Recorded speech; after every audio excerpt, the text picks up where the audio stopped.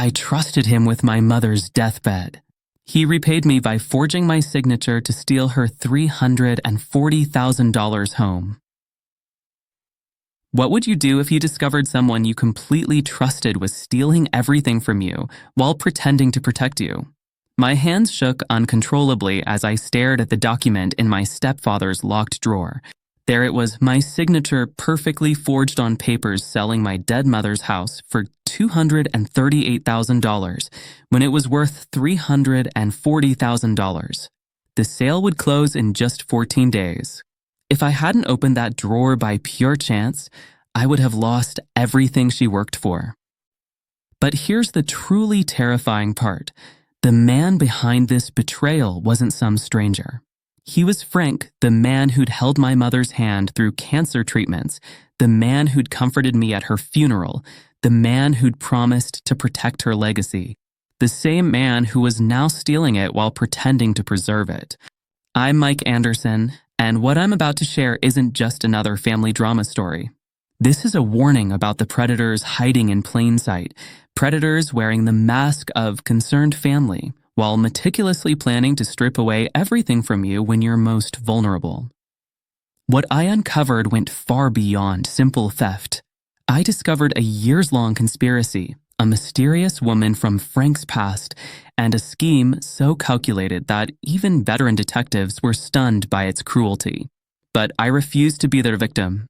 By the end of this video, you'll know exactly how to spot the warning signs I missed, the steps that saved my inheritance, and how to protect yourself from similar predators who might already be circling your family's assets.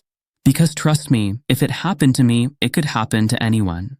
And if you think I'm exaggerating, just wait until you hear what they said while celebrating their brilliant plan with champagne in my mother's house. This house is my promise to you, Mikey, my mother told me when I was 8, the day we moved into our lakeside home. Her eyes shining with pride after years of working double shifts as a nurse to afford it. No matter what happens, you'll always have a home. Neither of us could have imagined how that promise would be tested years later. Our house wasn't fancy, just a weathered 3-bedroom with a creaky dock and spectacular sunset views over Lake Michigan. But it represented everything my mother Elizabeth had fought for after my biological father abandoned us when I was 2. That house was her triumph, her statement that we would be okay despite being left with nothing. Frank Collins appeared in our lives like an answered prayer when I was 15. After years of my mother handling everything alone, Frank's support seemed heaven-sent. He helped with my homework, taught me to drive, and most importantly, made my mother laugh again after years of solitude. Your mom is an amazing woman, he told me once while we were fixing the dock together. You too deserve someone looking out for you. I believed him completely, grateful for his presence in our lives. What I couldn't see then, what most victims of manipulators miss, were the subtle warning signs. Friends who'd known Mom for years gradually stopped visiting. Family holiday traditions were replaced with alternatives Frank preferred. Mom's longtime financial advisor was dismissed in favor of Frank's more experienced colleague. When they married on my 17th birthday, I was thrilled. After the ceremony, Frank pulled me aside, his hand firm on my shoulder. I know I'm not replacing your father, he said with what I believed was sincerity. But I promise to always look out for you and your mom. That promise would prove to be the cruelest lie of all. The cancer diagnosis shattered our world during my sophomore year of college. Stage 3 breast cancer already spread to her lymph nodes. I wanted to drop out and come home, but Mom insisted I continue my education. Frank is here, she assured me during our tearful phone calls. He's handling everything, and from all appearances, he was handling everything perfectly. During weekend visits home, I'd find him cooking Mom's favorite meals, organizing her medications with meticulous care, and keeping detailed records of her treatments. When she became too weak to walk, he carried her to the sunroom so she could still see the lake she loved. Not once did I question his devotion. Frank will make sure you're taken care of, Mom whispered during one of my visits as her once vibrant voice grew paper-thin. I've updated my will to make things simpler. I kissed her forehead and promised everything would be okay, never imagining that those updates might have been made under manipulation or duress. The end came just 3 days after my college graduation. Instead of celebrating my new marketing degree, I found myself selecting my mother's casket. Through it all, Frank was my rock, handling funeral arrangements, fielding calls from distant relatives, ensuring I ate when grief destroyed my appetite. When he suggested I focus on my new job in Chicago while he managed the complicated estate matters, I was pathetically grateful. The house held too many raw memories. Frank encouraged me to lease an apartment near my office, saying the distance would help me heal. "Let me handle the property and paperwork until you're ready to deal with it," he insisted, his voice thick with what I thought was shared grief. "It's what your mother would have wanted." I handed over the keys to my childhood home and signed a power of attorney he claimed would simplify managing the estate taxes. I trusted him completely, and that trust created the perfect opportunity for what came next. And here's what I didn't know then. Frank's betrayal had begun long before my mother died. In fact, it had started before she was even diagnosed. The first warning signs were subtle enough to dismiss, like puzzle pieces that only form a clear picture when finally arranged together. During monthly visits home, I noticed small changes. Family photos would be missing, replaced with generic artwork. My mother's cherished bookshelf, once filled with her favorite novels, now displayed Frank's business books and golf trophies. When questioned, he mentioned decluttering and preparing for eventual renovations. Then came the campaign about the house's problems. Over dinner, Frank would casually mention, "The property taxes are becoming unreasonable," or "the foundation needs major work, probably $30,000 worth." Each visit brought new issues, always followed by comments about investment opportunities that might better secure my future than an aging lakefront property. I believed him. Why wouldn't I? He was family, my mother's chosen partner, the man who had cared for her through her final days. Then came the day that changed everything. On the 1-year anniversary of my mother's death, I took the day off work, planning to visit her grave and then spend time in her garden. I arrived at the house unannounced, expecting it to be empty while Frank was at work. Instead, I found an unfamiliar luxury SUV in the driveway. As I approached the front door, laughter spilled from inside, a woman's voice mingling with Frank's. Something made me pause.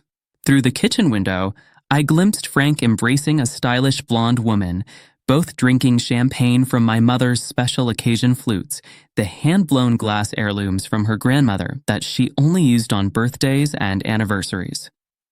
They were celebrating something on the anniversary of my mother's death. I retreated without being seen, confused and hurt. 2 weeks later, during a planned visit, Frank seemed unusually tense, checking his phone constantly and stepping away for calls.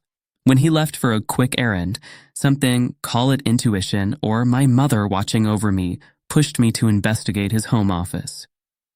The top drawer of his desk was locked. Using a letter opener, I jiggled the lock until it clicked open. Inside was a folder labeled Lake Property Transaction, Confidential. My heart pounded as I opened it. The first document stopped my breath, a sales contract for our home being sold to RPT Holdings, LLC for $238,000, when I knew it was worth at least $340,000. At the bottom was my signature, perfectly forged, but not mine. I had never seen this document, let alone signed it. With trembling hands, I flipped through more papers, bank account details for an offshore account I'd never heard of, emails between Frank and someone named Rebecca discussing the timeline for closing, and managing the M situation, M clearly being me. Then I found a photo, Frank with his arm around the blonde woman I'd seen through the window. Written on the back, Frank and Amp, Rebecca, Cavo, 2018. 2 years before my mother died. 2 years before he was supposedly grieving the woman he'd married.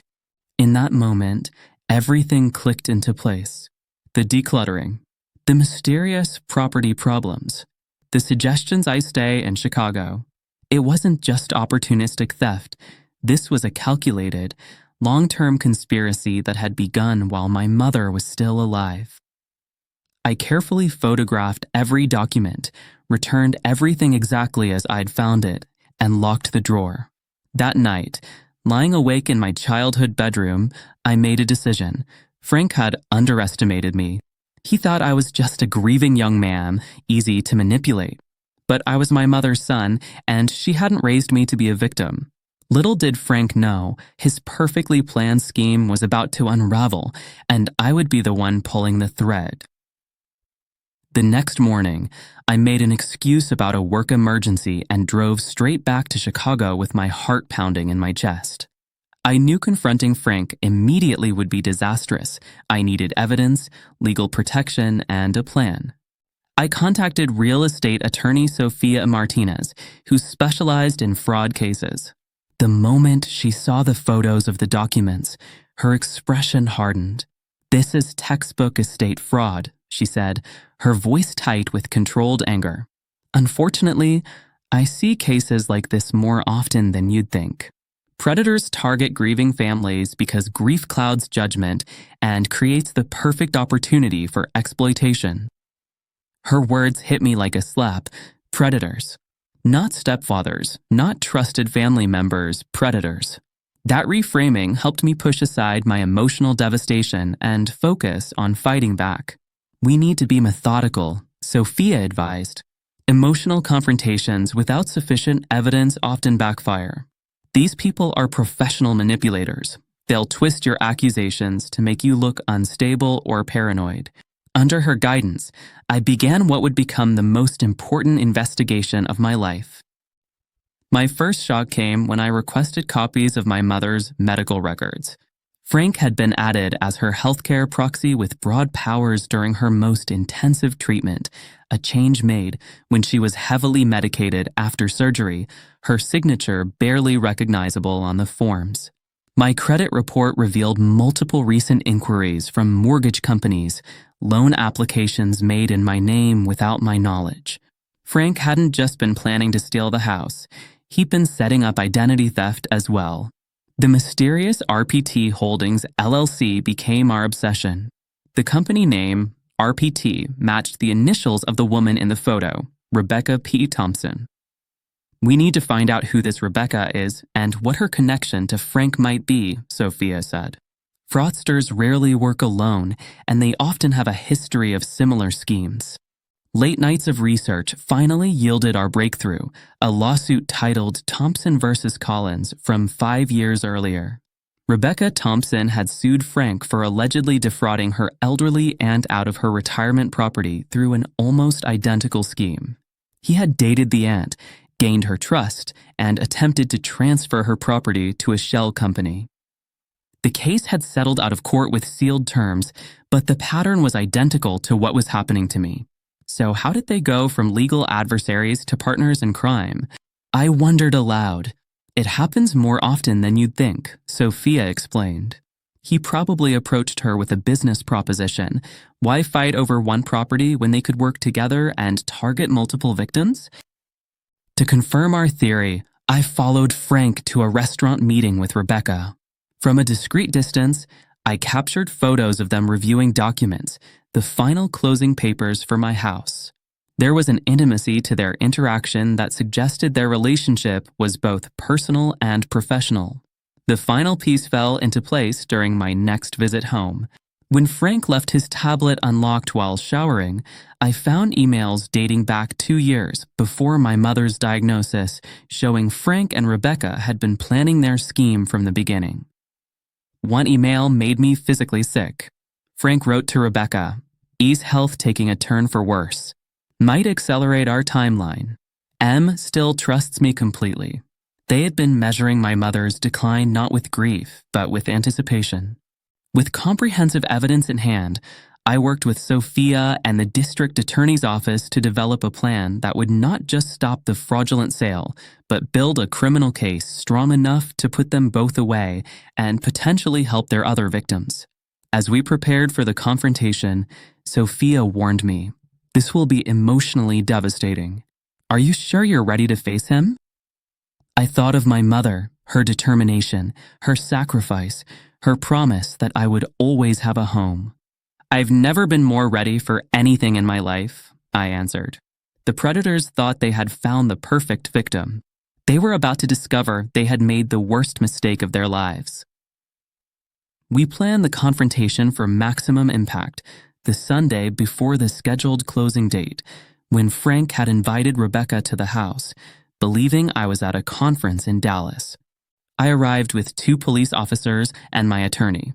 We waited in unmarked cars until both Frank and Rebecca were inside, then monitored them through the house's smart security system that Frank didn't know I could access remotely. What we witnessed through that camera system would become crucial evidence. For nearly an hour, they reviewed papers, drank champagne, and openly discussed their plans. "The kid is clueless," Frank laughed, raising his glass. "Probably won't even notice the house is gone until the new owners show up." Rebecca giggled, clinking her glass against his. "To our month in volley. This closing couldn't come soon enough." Frank refilled their glasses. I almost feel bad for him. Almost. They both erupted in laughter. Each word felt like a knife, but I remained calm. This wasn't just about me anymore. We had discovered evidence suggesting they had targeted other families. This was about justice. At exactly 2:17 p.m., we walked through the front door. The transformation on Frank's face, from smug celebration to stunned disbelief, was something I'll never forget. It was as if he'd seen a ghost. "Mike," he stammered, champagne glass freezing halfway to his mouth. "What are you doing here?" "I thought you were in Dallas." "Plans change," I said calmly, placing my folder of evidence on the coffee table. "And you must be Rebecca Thompson. I've learned quite a lot about you both recently." Frank attempted to regain composure, slipping back into the caring stepfather role I had trusted for years. "Mike, this is unexpected. Rebecca is just helping me with some financial planning for the estate." "Stop lying, Frank," I interrupted. "I know about the fraudulent sale. I know about the forged signatures. I know about your history with Rebecca and the lawsuit. I know about the emails where you discussed my mother's declining health as an opportunity. I know everything." Rebecca immediately stood, grabbing her purse. "I don't know what he's talking about. I'm just a consultant." "A consultant who sued him for the exact same fraud you're both committing now?" My attorney stepped forward, introducing herself. "We have documentation of your conspiracy dating back 2 years. Frank's face turned ashen. The mask of caring stepfather completely disintegrated, replaced by something cold and calculating. The real Frank Collins finally revealed. "This is a misunderstanding," he stammered, eyes darting between the police officers. "Any property transfer was discussed extensively." I placed the email printouts on the table. "Was it discussed here, where you told Rebecca that my mother's declining health would accelerate your timeline? Or here, where you celebrated that I still trust you completely?" The police officers explained they were now subjects of an active fraud investigation. As they collected statements and evidence, Frank made one final attempt at manipulation. "Mike," he said, his voice suddenly wounded, "your mother would be heartbroken to see you doing this to our family." Something in me snapped. All the grief, betrayal, and rage I'd controlled throughout the investigation surged forward. "Don't you dare speak about my mother," I said, my voice shaking. "She trusted you to protect me, not steal from me. She worked 2 jobs for years to buy this house. While she was fighting for her life, you were planning to steal her legacy the moment she was gone." I stepped closer, lowering my voice. She would be horrified to know the man she married was plotting against her son while she was dying. "Get out of my house and never come back." As they were escorted out, Rebecca turned to Frank and hissed, "This is your fault." You said he was too stupid to figure it out. Their partnership was already crumbling, and the real battle was just beginning. That night, alone in my mother's house for the first time since her death, I sat on the dock where we used to fish together. The water lapped gently against the weathered wood as the sun set over the lake, the same view she had fought so hard to provide for us. I felt her presence there stronger than I had since her passing. I protected it, Mom, I whispered to the fading light. I protected your promise. But the fight to fully reclaim my inheritance was far from over. The legal battle ahead would test my resolve in ways I never imagined. Prepare yourself, Sophia warned as we filed the initial legal papers. Frank will fight dirty. People like him don't go down easily. She was right. The weeks following the confrontation thrust me into a complex legal labyrinth I never could have navigated alone. The district attorney's office pursued criminal charges of fraud, forgery, elder abuse, and conspiracy against both Frank and Rebecca. Simultaneously, Sophia filed civil actions to invalidate the fraudulent sale and seek damages. Frank hired an aggressive defense attorney who immediately launched a character assassination campaign against me.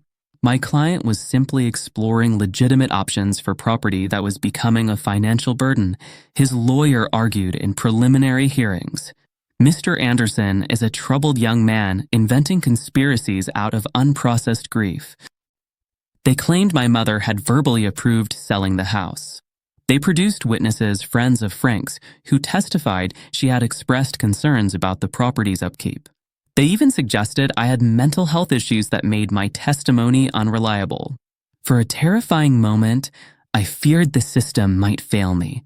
Frank was well-connected, well-spoken, and had resources I couldn't match. But what he didn't count on was the meticulousness of my evidence.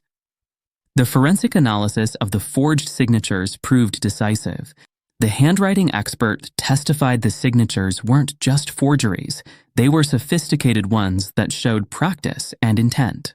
The timestamp metadata from the documents proved they had been created while my mother was heavily medicated during treatment.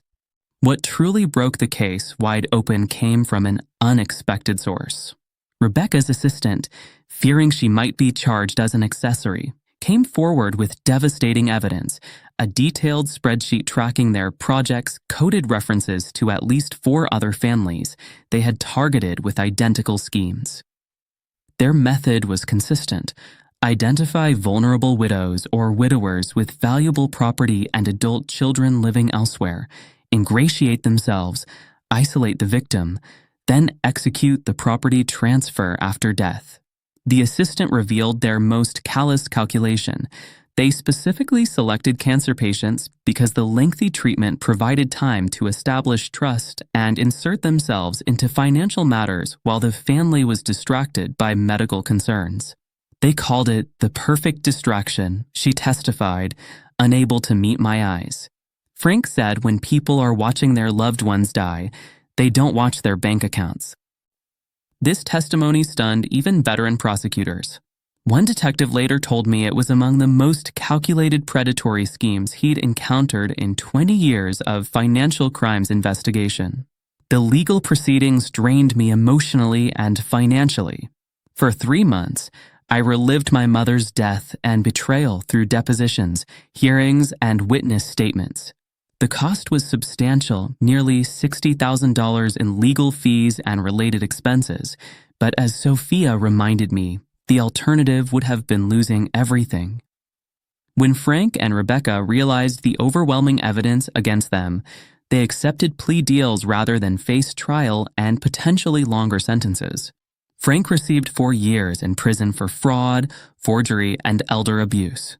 Rebecca, in exchange for testimony about their other victims, received 2 years plus restitution. The judge at Frank's sentencing delivered words that finally gave me closure. Mr. Collins, you exploited not just the trust of your stepson, but the sacred trust of a dying woman who believed you would protect her child. This court finds such calculated cruelty particularly reprehensible. Beyond the criminal penalties, I was awarded $175,000 in damages, money that mostly went to legal fees and reaching out to their other victims. Most importantly, the title to my mother's house was secured solely in my name with special protections flagging any future attempts at title changes. As Frank was led away in handcuffs, he looked at me one last time. The facade was completely gone, his eyes were cold, calculating, showing no remorse. I realized then that this man had never loved my mother, had never cared for me. We had simply been targets, nothing more. For anyone facing similar situations, I learned critical lessons about the legal system. Document everything, no matter how small it seems. Act quickly, courts favor those who address fraud promptly. Hire specialists in fraud rather than general practitioners. Prepare emotionally for character attacks and gaslighting. The legal system works, but it requires persistence and proper representation. The courtroom victory was just the beginning of my healing journey. The harder battle would be reclaiming not just my home, but my sense of trust and security that Frank had so thoroughly destroyed. The day after the sentencing, I stood alone in my mother's house, truly my house now, and felt an overwhelming mix of victory and emptiness. The legal battle was won, but the emotional warfare had left deep scars. Every room held memories now complicated by knowing what had been happening behind my back. The kitchen where we'd shared family meals was where Frank and Rebecca had celebrated their scheme with champagne. My mother's bedroom contained the closet where Frank had hidden documents. Even the garden she had lovingly tended had been part of his lies about property problems. I decided to reclaim these spaces one by one. Some rooms needed complete transformation. I repainted walls in my mother's favorite colors, replaced furniture Frank had selected, and restored family photos he had removed. The kitchen where he and Rebecca had plotted required a complete renovation. New countertops, cabinets, and appliances erased the memory of their betrayal. Other spaces needed more subtle reclamation. In the garden, I planted my mother's favorites, pink peonies, lavender, and the climbing roses she'd always wanted along the back fence. Each plant felt like taking back another piece of our shared history from those who had tried to steal it. The dock became my sanctuary. I would sit there at sunset, sometimes with a fishing rod my mother had given me on my 16th birthday, sometimes just with my thoughts. The rhythmic lapping of water against weathered wood became a meditation that helped wash away the residue of betrayal. But healing required more than physical changes. The psychological impact of such calculated betrayal by someone I had trusted completely left deeper wounds. I struggled with insomnia, hypervigilance, and a profound difficulty trusting anyone new in my life. On my therapist's recommendation, I joined a support group for victims of familial fraud. There, I met others who had experienced similar betrayals, a woman whose uncle had transferred family property through forged documents, a man whose brother had emptied their parents' accounts. Our stories differed in details, but shared the core pain of trusted family members exploiting vulnerability. The hardest part isn't the financial loss one group member shared. It's losing your ability to trust your own judgment. You keep asking yourself, how did I not see this? What's wrong with me that I was so easily fooled? These sessions helped me understand I wasn't alone in my shame and self-doubt. Many fraud victims blame themselves, questioning how they could have been so blind. The group helped me understand that predators like Frank are experts at manipulation. Their success depends on appearing completely trustworthy. They don't target stupid people, our group facilitator explained. They target good people, people who believe in family, who value trust, who can imagine someone exploiting grief for financial gain. Your capacity for trust isn't a weakness, it's a strength these predators weaponized against you. This reframing helped me begin to rebuild my sense of self. I hadn't been naive. I had been targeted by sophisticated predators during my most vulnerable moment. The shame belonged to them, not to me. Professional therapy helped me develop coping strategies for triggers that would unexpectedly transport me back to the moment of discovery, finding mail addressed to Frank, seeing his handwriting on an old card, even catching a whiff of his distinctive cologne on a stranger. This experience transformed my professional path as well. I returned to school part-time to study law with a focus on elder protection and estate planning. What began as a way to understand what had happened to me evolved into a calling, helping other families establish the safeguards that would have protected my mother's legacy.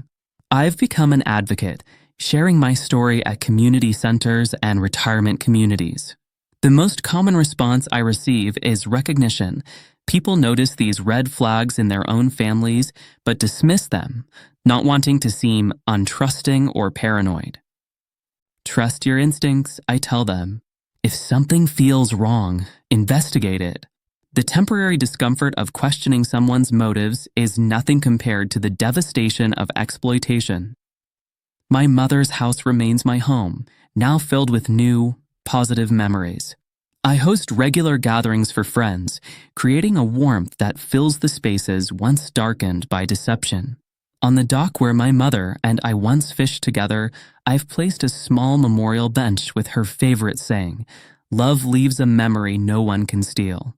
And in the end, that's what Frank failed to understand. He could forge documents, manipulate emotions, and scheme for years, but he could never take what truly mattered, the legacy of love and determination my mother instilled in me, the very qualities that ultimately defeated him. My journey through betrayal and justice taught me lessons that could protect others from similar exploitation.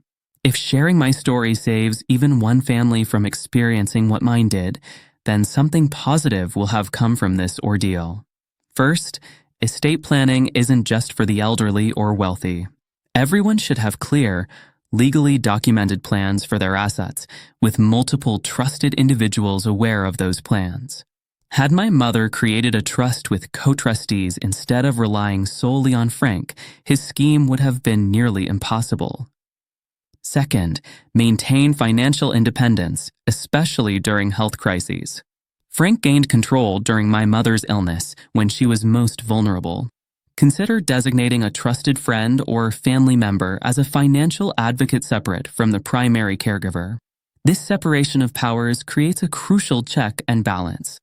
Third, verify everything independently during grief. When someone offers to handle the details after a death, those details are precisely where fraud flourishes. Meet directly with the deceased's attorney, accountant, and financial advisors rather than through intermediaries. Request original documents, not copies that could be altered. Fourth, trust your instincts when something feels wrong. The subtle changes in our home, missing photos, rearranged furniture, Frank's sudden financial concerns were warning signs I noticed, but dismissed. Your subconscious often recognizes deception before your conscious mind accepts it. That unease you feel isn't paranoia, it's your intuition trying to protect you. Fifth, document unusual behavior. Had I started recording Frank's comments about the house problems earlier, establishing the pattern of manipulation would have been easier. Keep a dedicated journal of concerns, no matter how small they seem. Date each entry and be specific about what was said or done that troubled you. Most importantly, remember that protecting your inheritance isn't selfish. It's honoring the wishes and hard work of those who came before you. My mother worked multiple jobs for years to provide our home. Fighting for it wasn't just about property, it was about respecting her sacrifice and preserving her legacy. The predators who target grieving families count on silence and shame. They expect their victims to feel too embarrassed to speak up, too confused to fight back, or too worn down to pursue justice. By sharing our stories, we break that silence and expose their tactics to the light. Have you ever felt something was wrong in a family situation but dismissed your concerns? Has a trusted person ever made you question your own judgment? Share your experience in the comments. Your story might help someone else recognize warning signs before it's too late. If you found value in this story, please like this video to help others find this information. If someone you know is dealing with a suspicious situation around inheritance or property, share this video with them. Sometimes an outside perspective validates concerns that feel too uncomfortable to voice. Thank you for listening to my story. Remember, trust should be verified, not given blindly, even within families. I'm Mike Anderson, and I hope my experience helps protect you and those you love from the predators who hide behind caring facades. The house by the lake still stands, a testament to my mother's determination and a reminder that with vigilance, preparation, and courage, we can protect what matters most from those who would take it from us.